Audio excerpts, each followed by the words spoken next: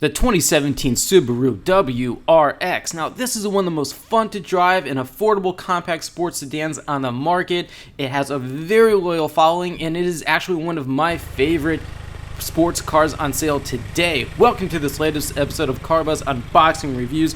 I'm Jay, and this is, of course, the Subaru WRX. It is not the WRX STI. I'm going to save that for a later unboxing review. But I want to talk to you all about this today because, like I said, it's one of my favorites. And I want to thank DGDG.com for letting CarBuzz come on down and film this for you today. So, the Subaru WRX. Now, I want to give you just a brief history of this car because I think that you should know just because of its rallying heritage. Now, WRX, it stands for World Rally Experiment. The first generation debuted in 1992 as both a sedan and a wagon, believe it or not. But it was not sold in the US at that time. In fact, it didn't even come to the US until 2002.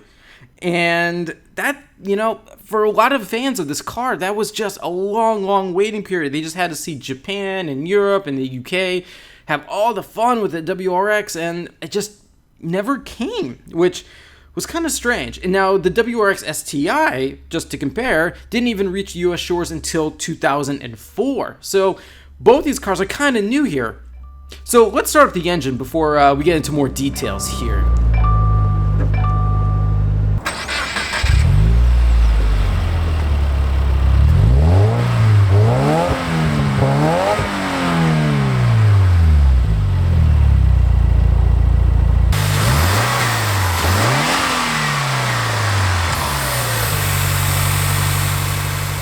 And that is one of the things that makes the WRX a WRX. It's turbocharged 2-liter Boxer 4. It now produces 268 horsepower and 258 pound-feet of torque. And this car, it is paired exclusively to a 6-speed manual. Now, you can get it with a CVT transmission, but don't. Just pretend it doesn't exist. You want the 6-speed manual. It is so much more fun, and power is sent to all 4 wheels through Subaru's symmetrical all-wheel drive system. All-wheel drive and a Boxer 4 engine is kind of like the signature traits of Subaru, and they're just used to the max here. And what's so cool about this latest generation, this is the 4th generation WRX, or based on the previous generation Subaru Impreza, is that Subaru's engineers really took the time to give this car its own unique personality, separate from the base Impreza, as well as from the WRX STI. Now, from the outside here, it's kind of, plain. It's not a very good-looking car, but then again, which Subaru WRX or STI has been good-looking? Really, none of them. This car is painted pure red. It's got those 18-inch wheels and STI performance exhaust package. You heard that sound there with that engine. It sounds fantastic. It's got daytime running lights, fog lights, and a power moonroof. And if it were up to me, I would not get it in this pure red exterior paint. I would just go for the Rally Racing blue. It's just sort of, that blue paint is just sort of the signature to this car as well as the STI.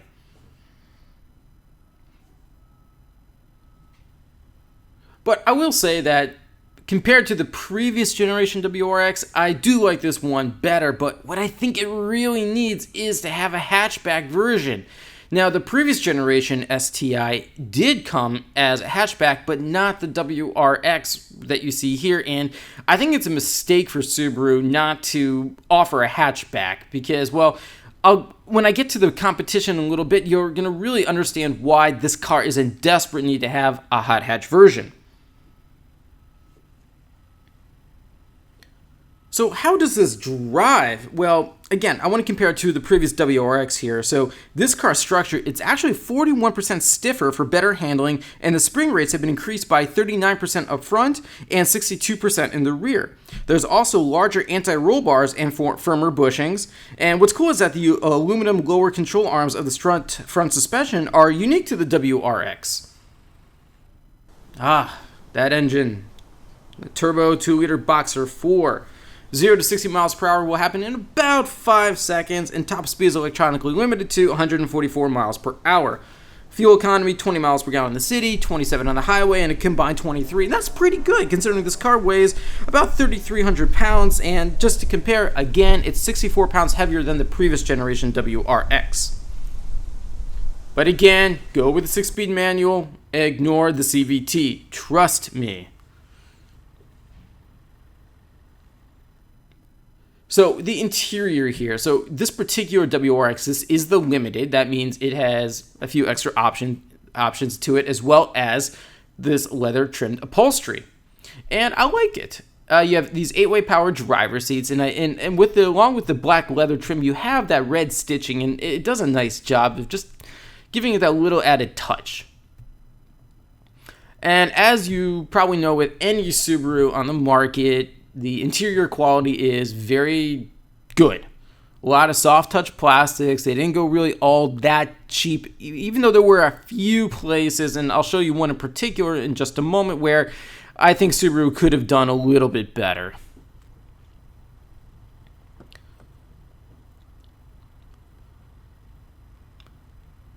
And for rear seat occupants, look, this is still based off the Impreza, meaning it's just a compact sedan, but fortunately, compared to the previous WRX, there's an extra 1 inch of legroom in the back here. So, it's something, but it's not all that fancy schmancy in the back, because there's not even tri-zone automatic climate control there. You just have a pair of cup holders there, and that's it. Remember, it's still a compact, econobox at its heart, or at least the platform is. Yes. That 6-speed manual, let me tell you, Subaru builds very, very good manual transmissions. And what's interesting is that the previous WRXs only had 5-speed manuals. So there you go, upgraded to a 6-speed.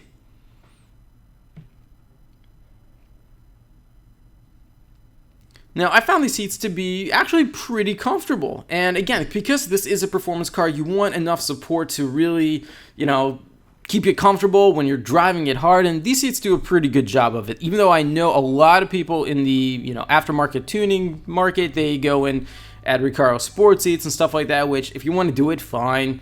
I thought these were just adequate.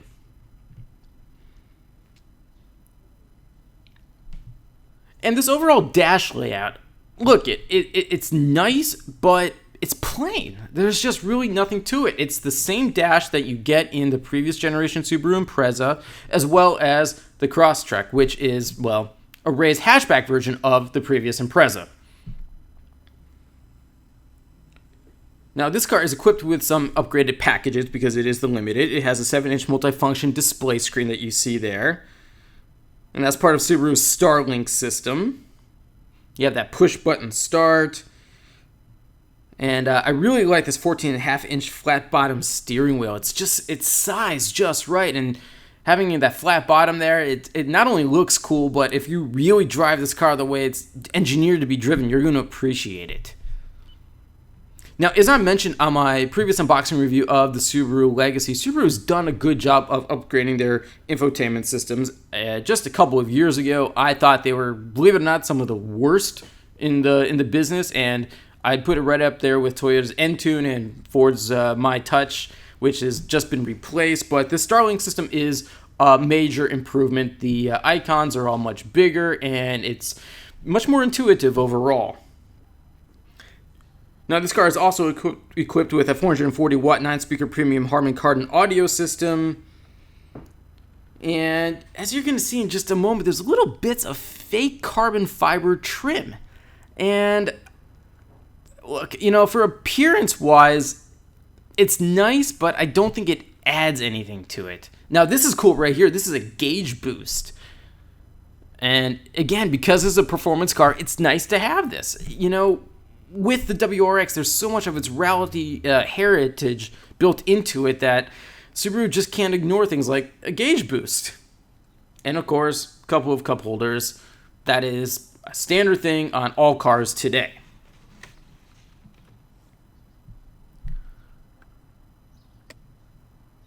Now, some of the other ways that I like it driving... take a look. Right above the glove box there. Fake carbon fiber.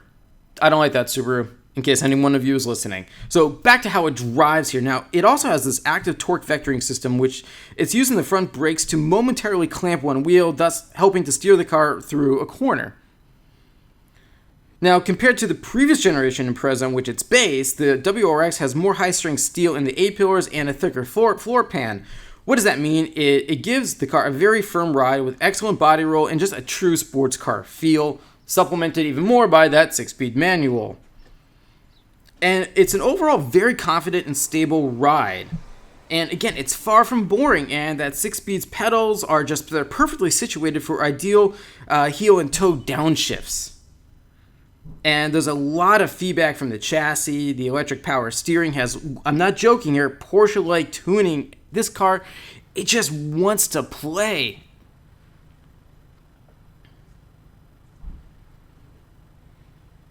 So let's talk safety. Now you have the driver and passenger front airbags. That's pretty standard now. You have front side impact airbags, side curtain airbags, driver's knee airbag, 4-wheel disc brakes, ABS system, tire pressure monitoring system, and a rear view camera. And it also comes equipped, this car, with the optional rear view vehicle detection system, a blind spot detection with rear cross traffic alert, and lane change assist.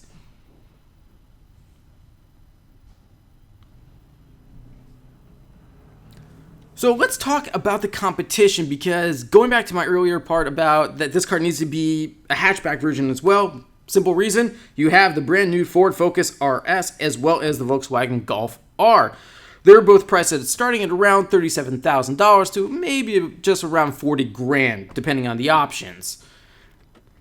And if you've driven that new Focus RS, oh man, it's such an incredible car, and in many ways it's better than this WRX here.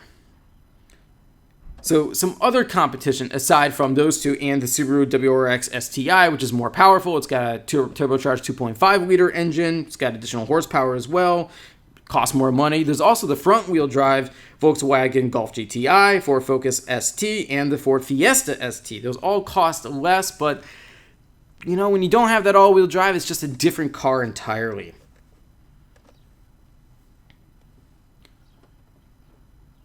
So speaking of pricing here, let's talk about that. Now, a base WRX, this is good here. It starts at a very reasonable $26,695. And the limited that you see here, it begins at $30,995.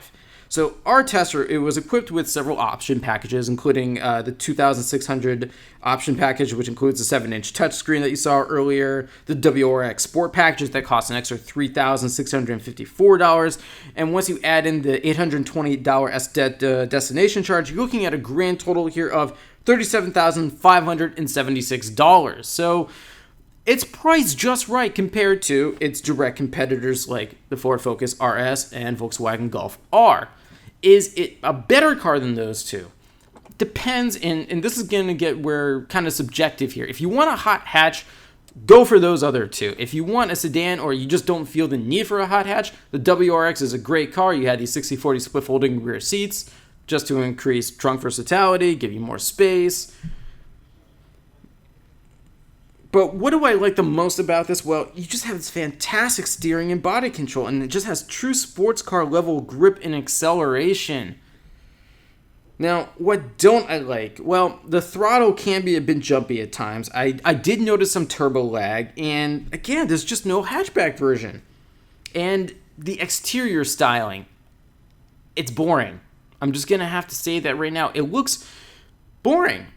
It's just... It looks too similar to the previous generation Impreza. I mean, look, you have that hood scoop right there. You have those fog lights, the upgraded wheels, a little bit of extra body cladding, but it's just kind of uninspiring.